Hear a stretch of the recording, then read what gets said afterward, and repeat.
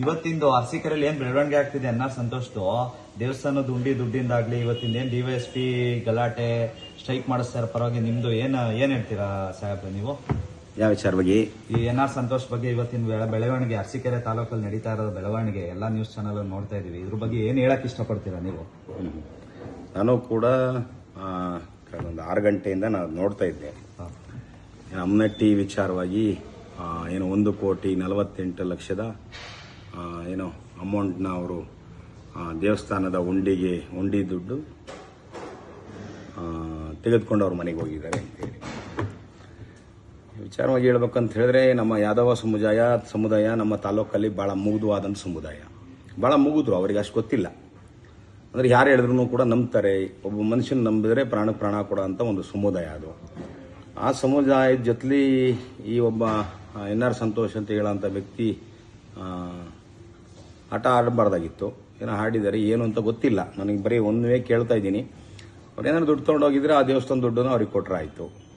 ಕೊಟ್ಟಿದ್ದನ್ನ ಒಪ್ಕೋಬೇಕಾಗಿತ್ತು. ಮತ್ತು ಮೇಲಾಗಿ ಇನ್ನೊಂದು ಏನೋ ಪ್ರಶ್ನೆ ಕೇಳಿದ್ರಿ, ಅದು DYSP ವಿರುದ್ಧ, ಸರ್ಕಲ್ ಇನ್ಸ್ಪೆಕ್ಟರ್ ವಿರುದ್ಧ, ಪೊಲೀಸ್ ಠಾಣೆಯ ವಿರುದ್ಧ, ಪೊಲೀಸರ ವಿರುದ್ಧ ಕಾಂಗ್ರೆಸ್ ಪರವಾಗಿ ಮಾಡ್ತಿದ್ದಾರೆ ಕೆಲಸನ ಅನ್ನೋದು ಇವರ ಒಂದು ಪ್ರತಿಭಟನೆಯ ಉದ್ದೇಶ.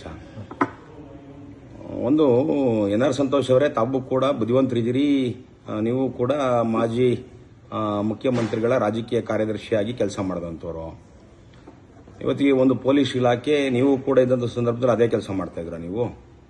ನೀವೆಲ್ಲ ಅಮಾಯಕರುಗಳ ಮೇಲೆ ಏನೇನು ಕೇಸ್ ಹಾಕ್ಸಿದ್ರಲ್ಲ, ಅಟ್ರಾಸಿಟಿ ಕೇಸ್ಗಳು, ಬೇರೆ ಬೇರೆ ಥರ ಕೇಸ್ಗಳೆಲ್ಲ ಹಾಕ್ಸಿದ್ರಲ್ಲ, ಅವಳು ಕೂಡ ನಿಮ್ಮ ಕೈವಾಡ ನಡೆಸಿದ್ರ. ನೀವು ಬೇರೆಯವ್ರ ಮೇಲೆ ನೀವು ಹೇಳ್ತಾ ಇದ್ದೀರಾ ಇವತ್ತು ಅಂತ ಹೇಳಿದ್ರೆ,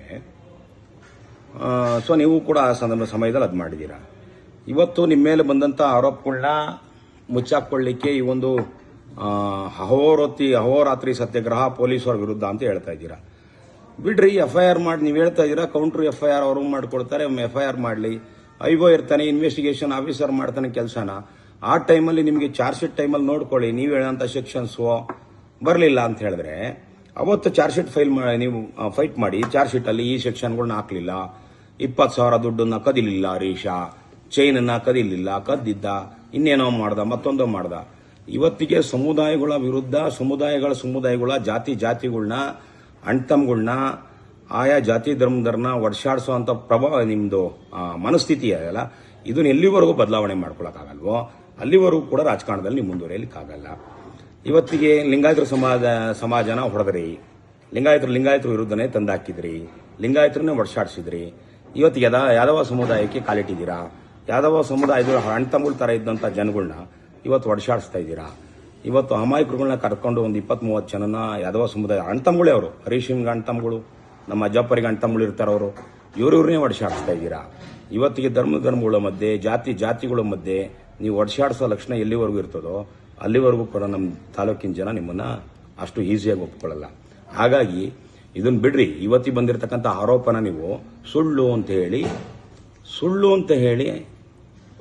ಹೇಳಿ ಅದನ್ನ ಜನಗಳ ಮುಂದೆ ಹೇಳಿ. ನಾನು ಸುಳ್ಳು 1,48,00,000 ತಾಂಡಿಲ್ಲ ಅಂತ ಹೇಳಿ, ಅದು ಗೋಲ್ಡ್ ಕೊಟ್ಟಿದ್ದೀನಿ ಅಂತ ಹೇಳ್ತಿರಲ್ಲ, ಗೋಲ್ಡ್ ಕೊಟ್ಟಿದ್ದೀನಿ ಅಂತ ಹೇಳಿ, ಎಲ್ಲಿ ತಂದ್ರಿ ಅಂತ ಹೇಳ್ರಿ. ಆ ರೆಸಿಪ್ಟ್ ಕೊಡಿ, ಇನ್ವಾಯ್ಸ್ ಕೊಡಿ. ಇವತ್ತು ಗೋಲ್ಡಿಗೆ 3% GST ಇದೆ. 24 ಕ್ಯಾರೆಟ್ ಕೊಟ್ರು, 91 ಕ್ಯಾರೆಟ್ ಕೊಟ್ರು, 80 ಕ್ಯಾರೆಟ್ ಕೊಟ್ರು, ಯಾವ್ದು ಕೊಟ್ರಿ ಅಂತೆಲ್ಲ ಹೇಳಿ. ಅದನ್ನ ಹೇಳೋದು ಬಿಟ್ಟು ಏಕಾಏಕಿ ಒಂದು ರಾತ್ರಿ ಅಹೋರಾತ್ರಿ ಧರಣಿ, ಧರಣಿ, ಪೊಲೀಸರ ವಿರುದ್ಧವಾಗಿ ಅಹೋರಾತ್ರಿ ಧರಣಿ ಮಾಡ್ತೀರಾ ಅಂದ್ರೆ, ಸ್ವಾಮಿ, ಪೊಲೀಸರು IPC CRPC ಏನೈತೆ ಅದ್ರ ಮೇಲೆ ಕೆಲಸ ಮಾಡೋದು, ದೇಶದ ಸಂವಿಧಾನ ಏನೈತೆ ಅದ್ರ ಮೇಲೆ ಕೆಲಸ ಮಾಡೋದು.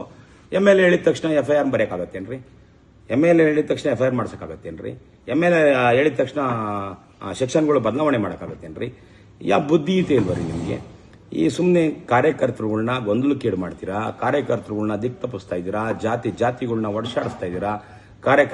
ಕಾರ್ಯಕರ್ತರುಗಳ ಮಧ್ಯೆ ದ್ವೇಷದ ಬೀಜ ಬಿತ್ತೋ ಅಂತ ಕೆಲಸ ಮಾಡ್ತಿದ್ದೀರಾ. ಇದನ್ನ ನಿಲ್ಲಿಸಿ. ನೀವು ಇವಾಗೇನೋ ಹೇಳ್ಬೋದು, ನಿಮ್ಮ ಫಾಲೋವರ್ಸ್ಗಳು ಏನೋ ಹೇಳ್ಬೋದು, ಇವನು ಒಬ್ಬ ಒಂದ್ಸಲ ರಾಜ್ಕುಮಾರ್ ಹಬ್ಬತ್ತಾನೆ, ಎಲ್ಲ ಕೂತ್ಕೊಂಡು ವಿಡಿಯೋ ಮಾಡಿ ಬಿಡ್ತಾನೆ ಅಂತ ಹೇಳಿ. ಇದನ್ನ ಬಿಡ್ರಿ. ಕಾಲಾಯ ತಸ್ಮೈ ನಮಃ. ಏನೇನು ನಡಿಬೇಕು, ಯಾವ್ಯಾವ ಸಂದರ್ಭಕ್ಕೆ ಭಗವಂತ ಅವ್ರಿಗೆ ದಾರಿ ಮಾಡಿಕೊಡ್ತಾನೆ. ಯಾವ ಬೇಕಾದ್ರೂ ಯಾರನ್ನ ಬೇಕಾದ್ರೂ ಬಿಡ್ಬೋದು. ಅರ್ಥ ಐತೇನ್ರಿ? ಅವನ್ನೆಲ್ಲ ಬಿಟ್ಟು ಇವತ್ತಿಗೆ ರಾಜಕಾರಣ ಅಂತ ಹೇಳುವಂಥದ್ದು ಧರ್ಮಗಳ ಮಧ್ಯೆ ಜಾತಿಗಳ ಮಧ್ಯೆ ವರ್ಷಾಡಿಸುವಂಥದ್ದಲ್ಲ. ಅದನ್ನ ಬಿಟ್ಟು ನಿಮಗೆ ಯಾಕ್ರಿ ಬೇಕಾಗಿತ್ತು ಅಮ್ಮನಟ್ಟಿ ದೇವಸ್ಥಾನದ್ದು ಉಂಡಿ ದುಡ್ಡು? ನಿಮ್ಮ ಮನೆಗೆ ನಿಮ್ಮ ಕಾರಲ್ಲಿ ನಿಮ್ಮ ಅಣ್ಣ ತಮ್ಮಗಳು ತುಂಬ್ಕೊಂಬತ್ತೀರಾ ಅಂದ್ರೆ ಏನು ನೀವು ಊರಲ್ಲಿ ಹುಟ್ಟಿದ್ವಿ ಜನನೇನ್ರಿ ನೀವು? ಆ ಊರಲ್ಲಿ ಇದ್ದೀರೇನ್ರಿ ನೀವು? ಆ ಜಾತ್ಯಸ್ಥರೇನ್ರಿ ನೀವೇನು? ಆ ಗುಡಿಗೌಡ್ರೇನ್ರಿ ನೀವೇನು? ಅಲ್ಲ ಆ ಕಮಿಟಿಗೆ ಏನಾದ್ರು ಮೆಂಬರ್ ಏನ್ರಿ? ಯಾವ್ದ್ರಿ ನಿಮ್ಗೆ ವಾಟ್ ಈಸ್ ಕಾಂಟ್ರಿಬ್ಯೂಷನ್? ಏನ್ರಿ ಕಾಂಟ್ರಿಬ್ಯೂಷನ್ ಐತೆ ಆ ದೇವಸ್ಥಾನಕ್ಕೆ ನಿಮ್ದು? ನೀವು ದುಡ್ಡು ಎತ್ಕೊಂಬರ್ಕ್ ನೀವು ಯಾರ್ರಿ? ಆ ಊರಲ್ಲಿ ಒಬ್ಬ ಯಾದವ ಸಮಾಜ ಇದ್ದವ್ರು ಯಾರನ್ನ ಒಬ್ಬರನ್ನ ಗೌಡ್ರನ್ನ ಕೂರಿಸ್ಕೊಂಡು ಕೊಡಬೇಕಾಯ್ತು, ಕೊಟ್ಟು ಕ್ಲಿಯರ್ ಮಾಡ್ಕೊಂಡಿದ್ರಿ. ಇನ್ಮೇಲೆ ಯಾಕ್ರಿ ಈ ಆರೋಪ ಬದಾಯ್ತು? ಈ ಆರೋಪನ ಮುಚ್ಚಾಕ್ಲಿಕ್ಕೆ ರಾತ್ರಿ ಧೋರಣೆ ಕೂತ್ಕೊಂಡು ಇದನ್ನ ಜನಗಳು ದಿಕ್ತಪ್ಸುವಂತ ಮಾಡುವಂಥದ್ದು ಇದು ಯಾವನ ರಾಜಕಾರಣಿಗಳಿಗೂ ಸೊಲ್ಲಂತದೇನ್ರಿ? ಇದು ಮಾತೆತ್ತಿರ್ ನಾವೇನಾದ್ರು ನಿಮ್ಮ ವಿರುದ್ಧ ಮಾತಾಡ್ಬಿಟ್ರೆ JDS MLA ಯಾರೋ ಕಾಂಗ್ರೆಸ್ MLA ಶಿವಲಿಂಗೇಗೌಡ ಕಾಸು ಕೊಟ್ಬಿಟ್ಟ, ಸಮೀವುಲ್ಲಾ ಕಾಸು ಕೊಟ್ಬಿಟ್ಟ. ನಿಮಗೆ ಹೇಳ್ರಿ, ಕಾಸಿಗೆ ಜೀವನ ಮಾಡೋಂಥವ್ರು ಗಂಜಿಗೆರೆ ಹಾಕಿಗಳು ನೀವು.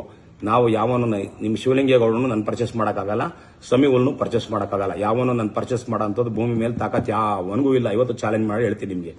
ಯಾವನ ನಿಮ್ಮ ಫಾಲೋವರ್ಸ್ಗಳು ಹೇಳ್ತಾರಲ್ಲ ಗಂಜಿಗೆರೆ ಹಾಕಿಗಳು ಅಂತ, ನನಗೆ ಹೇಳಲೇ ಬೇಡದನ್ನ. ನಿನಗಿಂತ ಮುಂಚೆ ನಾನು ಕೆಲಸ ಮಾಡಿದವನು.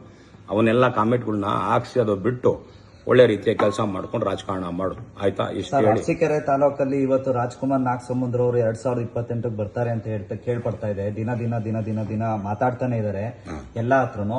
ಅದು ನಿಜನಾ ಸುಳ್ಳ? ಅದೆಲ್ಲ ಹಣೆ ಬರ. ನಮ್ಮ ಹಣೆ ಬರದಲ್ಲಿ ಬಂದ ಭಗವಂತ ಏನಾರು 16 ವರ್ಷ ಅಂದ್ರೆ ಹೊರಡ್ತೀನಿ, ಇಲ್ಲ ಅಂತ ಹೇಳಿದ್ರೆ ಇಲ್ಲ ಅಷ್ಟೇ. ಅದಕ್ಕೇನು ಮಾಡೋಕ್ಕಾಗುತ್ತೆ. ಓಕೆ ಸರಿ sir, okay bye, thank you.